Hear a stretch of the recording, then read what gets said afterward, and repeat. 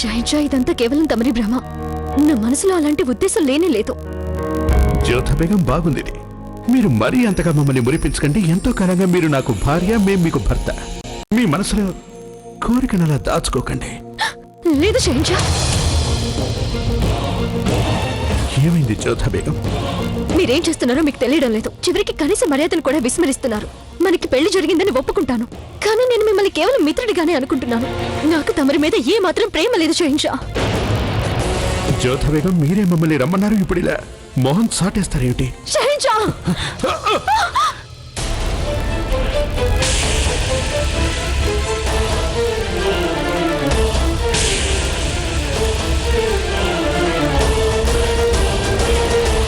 నేను తమరిని ఇక్కడికి రమ్మని లేఖలో రాయనే లేదు షాహిన్షా.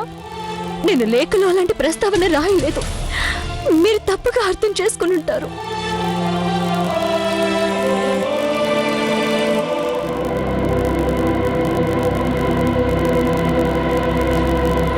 షాహిన్షా!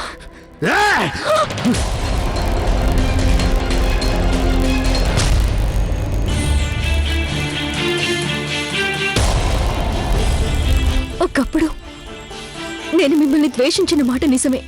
మీరు మంచి మనిషి కాదని అనుకునేదాన్ని. కానీ మెల్లమెల్లగా కాలం గడుస్తున్న కొద్దే నేను అనుకున్నది వాస్తవం కాదని నాకు అనిపించింది. మీలో ఒక మంచి మానవుడున్నాడని నేను అర్థం చేసుకోగలిగాను. తమరు తస్లీం వ్యవహారంలో తీసుకున్న నిర్ణయం, నా మీద నింద పడకుండా నా గౌరవాన్ని కాపాడడానికి మీరు వ్యవహరించిన తీరు, ఇవన్నీ చూసి మీలోని మంచి గుణాలు నాకు అర్థమయ్యాయి. కానీ షాహిన్షా, అంత మాత్రం చేత నేను తమర్ని ప్రేమిస్తున్నానని అర్థం కాదు. ప్రేమంటే అది వేరే విధంగా ఉంటుంది. నేను మిమ్మల్ని గౌరవిస్తున్నాను, కానీ మీ మీద నాకేం ప్రేమ లేదు.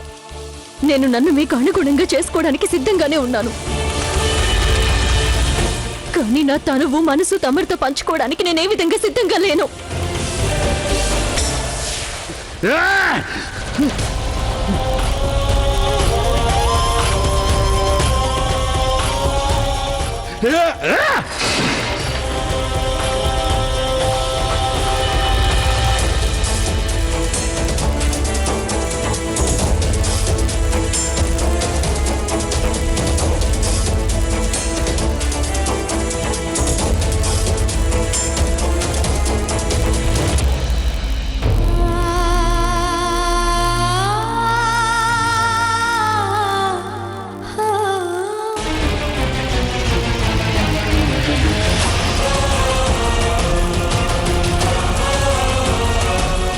నేను మిమ్మల్ని మనస్ఫూర్తిగా ప్రేమిస్తున్నానని ఒప్పుకుంటున్నాను.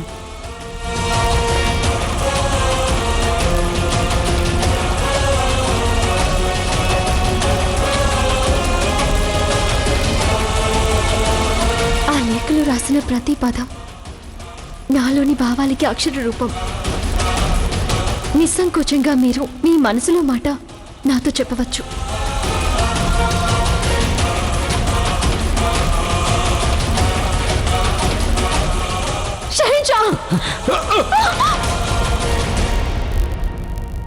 వచ్చేసింది, వచ్చేసింది. నేను ఇంతకాలం ఎదురు చూస్తున్న ప్రళయం రానే వచ్చేసింది.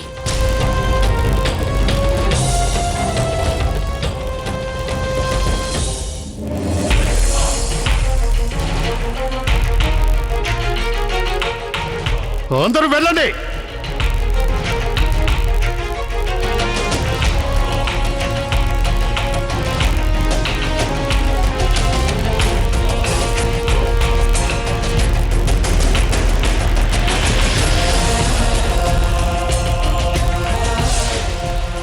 నేను తమర్ని ఇక్కడికి రమ్మని లేఖలో రాయనే లేదు షాహిన్షా.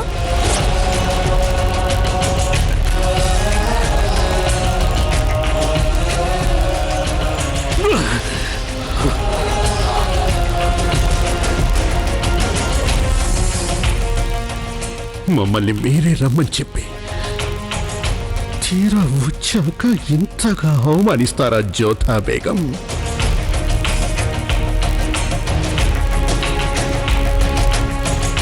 కానీ మీ మీద నాకే ప్రేమ లేదు. నేను నన్ను మీకు అనుగుణంగా చేసుకోవడానికి సిద్ధంగానే ఉన్నాను. కానీ నా తనువు మనసు తమరితో పంచుకోవడానికి నేనే విధంగా సిద్ధంగా లేను. మా మీద అసలు ప్రేమే లేనప్పుడు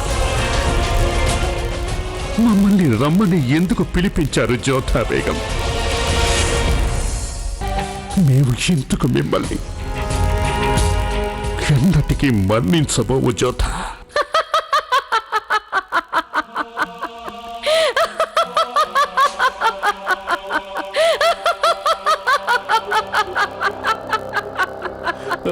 దయచేసి మన్నించండి మహామంత్రి గారు. మీరు అలా ఎందుకు నవ్వుతున్నారో నాకేమీ అర్థం కావడం లేదు. గాయపడిన పులిని ఎప్పుడైనా చూసావా రేషం? బాగా గాయపడిన పులి మరింత క్రూరంగా మారుతుంది. వేటాడే విధానం మార్చుకుంటుంది. వేటాడడంలో మరింత ఆనందపడుతుంది. మీరు దేని గురించి అంటున్నారు మహామంత్రి గారు? నేను అర్థం చేసుకోలేకపోతున్నాను. అర్థం చేసుకోగలిగితే నా స్థానంలో నువ్వే ఉండేదానివిగా మూర్ఖురాలా. ఒక్కోసారి వేటగాడు తన పన్నిన వలలో తనే చిక్కుకుపోతాడు. జోదా బేగం తనేదో గొప్ప వేటగాడిననుకుని మొగలాయి సామ్రాజ్యాన్ని వేటాడబోయింది. ఇప్పుడు జలాల్ని గాయపరిచిన బాణం ఏదంటే ఆ బాణం రామ్ చరణ్ సాహెబ్ గారు. వాహ్, ఎంత గొప్పగా ఆడుకున్నాను. అయితే ఇలాంటి ఆట ఆడుకున్నది ఎవరో ఎవరికీ తెలియదు. అలా ఆడాను నేను వీళ్ళందరినీ కీలుబొమ్మలు చేసి ఇష్టం వచ్చినట్టు ఆడించాను. వాళ్ళంతా నేను ఎలా ఆడిస్తే అలాగే ఆడాల్సి వచ్చింది. అదే ఈ మహామంగా. శబాష్ మహామంగా, ఎంత గొప్పగా ఆట ఆడావు నువ్వు. చాలా గొప్పదానివి నువ్వు. నిజం చెప్పాలంటే నువ్వొక్కదానివే మొగలాయి సామ్రాజ్యపు మహామంత్రివి. నీకివే మా సలాములు. నీకోటి చెప్పనా రేషం? నేటితో జలాల్కి జోదా బేగంకి మధ్య పెద్ద అడ్డుగోడ లేచింది. ఇక నుంచి వాళ్ళకి నిద్ర ఉండదు. నేను ప్రశాంతంగా నిద్రపోతాను. చిచ్చు రగిలించిందక్కడ, దాన్ని ప్రజ్వలింపచేసేదాన్ని నేను, అంటే ఈ మహామంగా. మా కుమారుడు ఆదాం ఖాన్ కి జరిగిన అన్యాయానికి పగ తీర్చుకోవడం ఆరంభమైపోయింది. ఇక ఏం జరిగినా దాని పరిణామం పడేది జోదా బేగం మీద. ఆవిడి భవనం నుంచి శాశ్వతంగా వెళ్లిపోక తప్పదు. ఇదే నేను చేసే వాగ్దానం. చిచ్చు రగిలించిందక్కడ, దాన్ని ప్రజ్వలింపచేసేదాన్ని నేను, అంటే ఈ మహామంగా. మా కుమారుడు ఆదాం ఖాన్ కి జరిగిన అన్యాయానికి పగ తీర్చుకోవడం ఆరంభమైపోయింది. ఇక ఏం జరిగినా దాని పరిణామం పడేది జోదా బేగం మీద. ఆవిడి భవనం నుంచి శాశ్వతంగా వెళ్లిపోక తప్పదు. ఇదే నేను చేసే వాగ్దానం.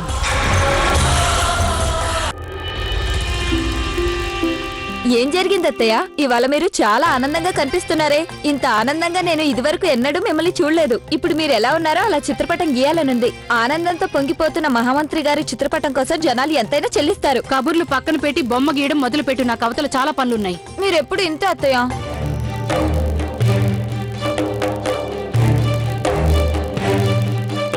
ఇంత సామాన్ ఎక్కడి నుంచి వచ్చింది?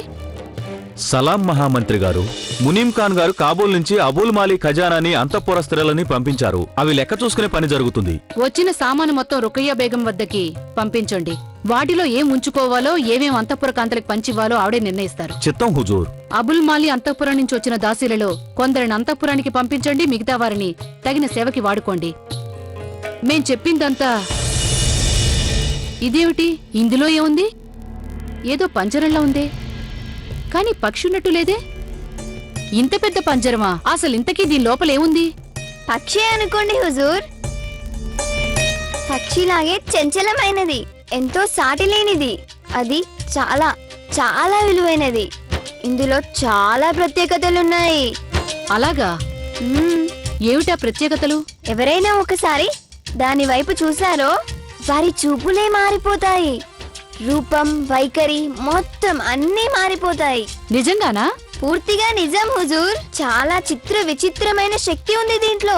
ఒకసారి చూశారంటే తమని తామే మర్చిపోతారు చూసిన వాళ్ళంతా. అదే చూసేద్దాం. ఇదిగో సైనికుడా. ఆజ్ఞ మహామంత్రి. నీ పేరేంటో చెప్పు. నా పేరు. ముందు ఈ పంజరం లోపల చూడు, ఆ తర్వాతే నీ పేరు చెప్పు. చూడు చూడు చూడు.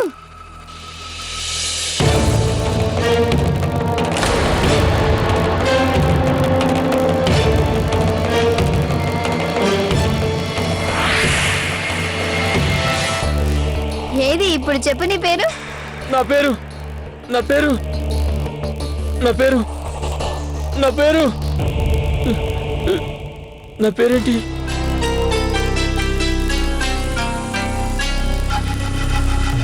చూసారా హుజూర్? చాలా బాగుంది. నా ఉద్దేశంలో జలాల్కి దీన్ని కానుకగా ఇస్తే తనకి బాగా నచ్చుతుంది. వద్దత్తయ్య, మీరు దీన్ని మా వారు ఆదం ఖాన్ గారి కోసం ఉండనివ్వండి. చలే, ఎప్పుడు చూసిన ఒక్కటే వాగుడు.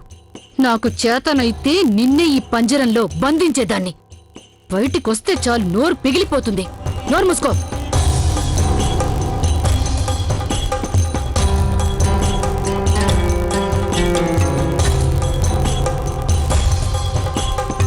గుమాస్తా గారు, ఈ పంజరాన్ని మా సైనాగారానికి పంపించండి. చిత్తం హుజూర్.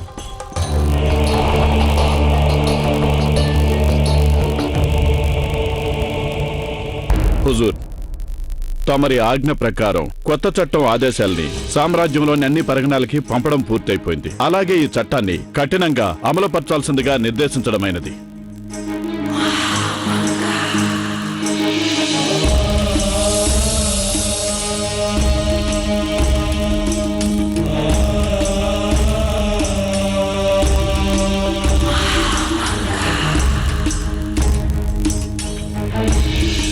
హుజూర్, తమరి తర్వాతి ఆదేశం సెలవివ్వండి. అందరూ ఆశ్చర్యంలో మునిగిపోయారు, కానీ నేను ఆశ్చర్యపోను. ఎందుకంటే జలాల్ మనసులో ప్రస్తుతం ఎలాంటి దుమారం చెలరేగుతోందో నాకు తెలుసు.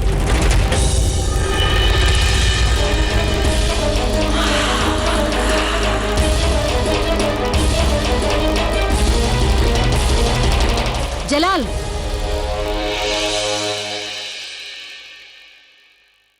ఏం జరిగింది జలాల్? ఏమైంది? తమరు ఏమీ మాట్లాడకుండా ఇలా వచ్చేసారే?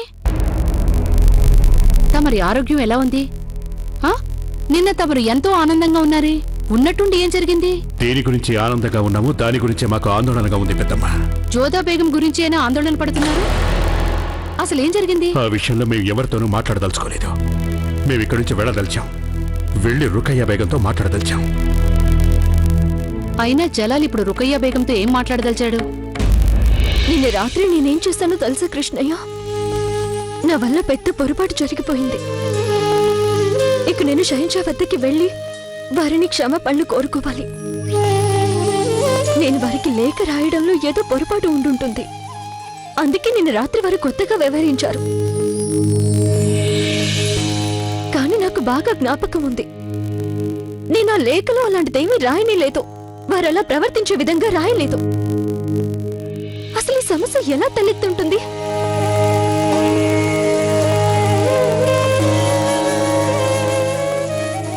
జోదా బేగం, అస్సలాం వలైకుం. తమరు ఇంత పొద్దున్నే ఎక్కడికి వెళ్తున్నారో నేను తెలుసుకోవచ్చా? ఆ ప్రశ్నకి సమాధానం చెప్పవలసిన బాధ్యత నాకు లేదు. అయినా చెప్తానులేండి. నేను షహిన్షా వద్దకు వెళ్తున్నాను. వారికి ఒక సంగతి చెప్పవలసింది. అది కుదరదు.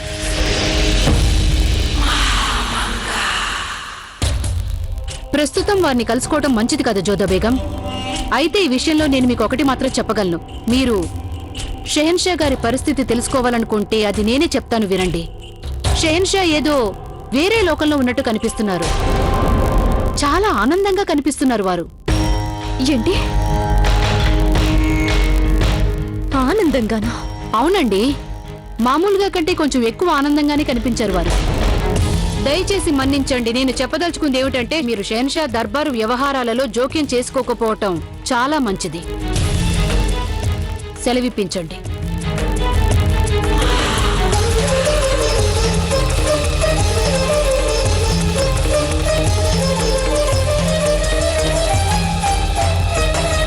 వల్లా, ఎంత మధురంగా ఉందో, ఎంత గొప్పగా ఉందో ఆ సందేశం. వారి పాట మళ్ళీ మళ్ళీ వినాలనిపిస్తోంది. అందుకే మహారాణి గారు రామ్ చరణ్ సాబ్ కి సందేశం పంపించారట. వారు అంతఃపురంలోని బేగంల కోసం మళ్ళీ పాడాలని కోరారు. నేను విన్నదేంటంటే వారి రాగం వింటూ ఎంతో మంది స్త్రీల దుస్తుల రంగులు మారిపోయాయట. నిజమా? అయితే నేను నీలిరంగు దుస్తులు ధరిస్తాను. ఆ రంగు నాకేమో అస్సలు నచ్చదు. ఒకవేళ దాని రంగే మారిపోతే అది నాకెంతో ఆనందంగా ఉంటుంది. హోషియార్, నేడు జరిగే ఉత్సవం నాకు చాలా ముఖ్యమైన ఉత్సవం. నువ్వు వెళ్ళి నా కోసం సాయంత్రం ఉత్సవానికి మంచి దుస్తులు సిద్ధం చేయించు. నేనందరికంటే అందంగా కనిపించాలనుకుంటున్నాను.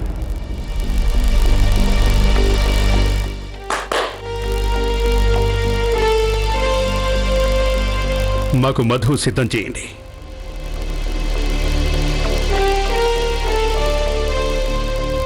వినిపించడం లేదా మీకు? వెళ్ళి మాకు మధు సిద్ధం చేయండి.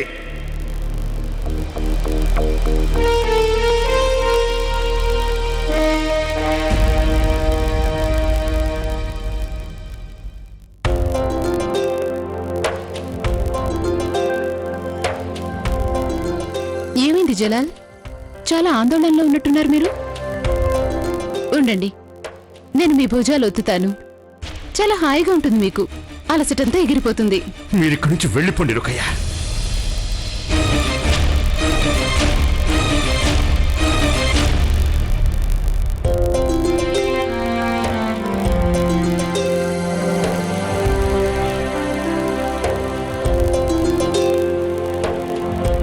జలాల్, ఏదో విషయంలో ఆందోళనగా ఉంది మీకు.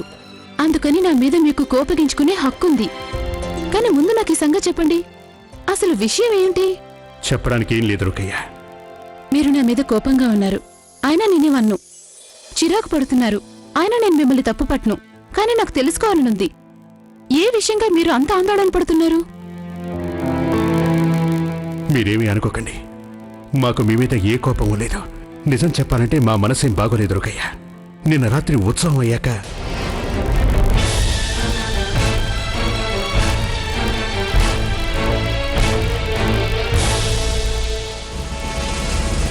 ఆదాబ్ షహన్షా, మహారాణి గారు మిమ్మల్ని కలవాలని వచ్చి ఉన్నారు. మమ్మల్ని కలవటానికి ఆవిడ వేచి ఉండక్కర్లేదు, ఆవిడని పంపించు. జలాల్, మనం ఈ విషయం తర్వాత మాట్లాడుకుందాం.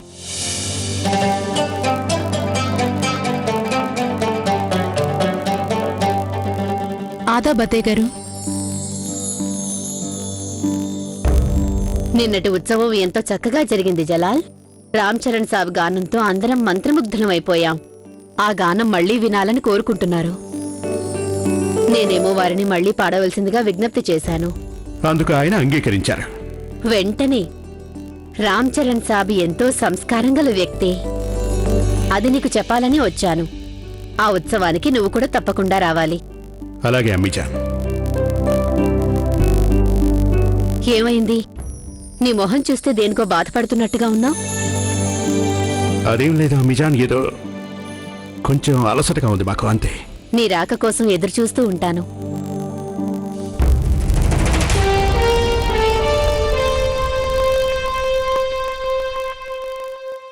జలాల్కి ఎందుకు కోపం వచ్చిందా? తమరిలా నా గదిలోకి రావటానికి ముందుగా అనుమతి తీసుకోవాలని మీరు అనుకోలేదా మహామంగా? ఎందుకు అనుకోను రుకయ్యా బేగం. కానీ నేను మీకు చెప్పదలిచిన మాట ప్రస్తుతం అది అత్యంత ముఖ్యమైంది. జలాలేమో జోదా బేగం దగ్గరికి వెళ్లారు. అప్పుడు జోదా బేగం వారిని తిరస్కరించింది. జోదా బేగం మీ చోటు లాక్కోవడానికి ఎంతో దగ్గరైపోయింది. జోదా బేగం అంత దగ్గరగా రాకుండా ఆపాల్సిన బాధ్యత ఇక మీ మీదే ఉంది. నాకు జోదా బేగం వల్ల కలిగే నష్టమేమీ లేదు. కానీ మీరు మీ స్థానాన్ని పదిలంగా ఉంచుకోవడానికి అసలు ప్రయత్నించారా రుకయ్యా బేగం? మీరు నన్ను కవ్వించడానికి, రెచ్చగొట్టడానికి ప్రయత్నించుకోండి మహామంగా. అలా చేయవలసిన అవసరం నాకెంత మాత్రం లేదు. నేను మీకు గుర్తు చేస్తున్నాను ఒక భార్యకి తన భర్త పట్ల ఉండవలసిన బాధ్యతని. ఒక బేగం తన స్థానం కాపాడుకోవాలంటే ఏం చేయాలో చెప్పదలిచాను. ఏం చేయాలి? మళ్లించండి. జోదా బేగం పట్ల జలాల్ ధ్యాసని మళ్లించండి. ప్రస్తుతానికి జలాల్ జోదా బేగంని ద్వేషిస్తూ ఉండొచ్చు కాక, కానీ ఒకటి బాగా గుర్తుంచుకోండి, మితిమీరిన ప్రేమ, మితిమీరిన ద్వేషం తరచుగా హద్దులు మీరిపోతుంటాయి. అసలు మీరు చెప్పదలుచుకుందేంటి? నా దగ్గర ఒక మార్గం ఉంది. దాంతో వారిరువురిని దూరం చెయ్యొచ్చు. మీకు ఏం కావాలనుకుంటే అది చేసుకోండి, కానీ అందులోకి నన్ను మాత్రం లాక్కండి. మీ ఇష్టం మీది రుకయ్య బేగం.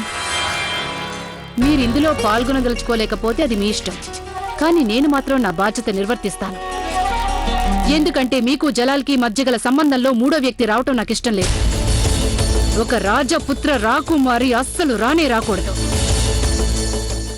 నేను చెప్పదలుచుకుంది చెప్పి తీరుతాను. అందుకు మీరు అనుమతి ఇచ్చినా ఇవ్వకపోయినా సరే జ్యోత. అది నేరమని నాకు తెలుసు. మీరు నాకు ఏ శిక్ష విధించినా సిద్ధమే. కానీ మీరు నేను చెప్పేది వెనక తప్పదు. అందరూ వెళ్ళిపోండి. ఆ లేఖని నేను ఎలా మర్చిపోగలను జలాల్? దాన్ని అడ్డం పెట్టుకునే కదా నేను మీ ఇద్దరి మధ్య చిచ్చు రగిల్చాను. నాకు బాగా గుర్తుంది జలాల్, కానీ ఆ లేఖ గురించి ఇప్పుడు మీరెందుకు గుర్తు చేసుకుంటున్నారు? పెద్దమ్మా, ఆ లేఖలో రాసింది రాసినట్టుగానే మాకు చదివి వినిపించారని మీకు బాగా గుర్తుందా?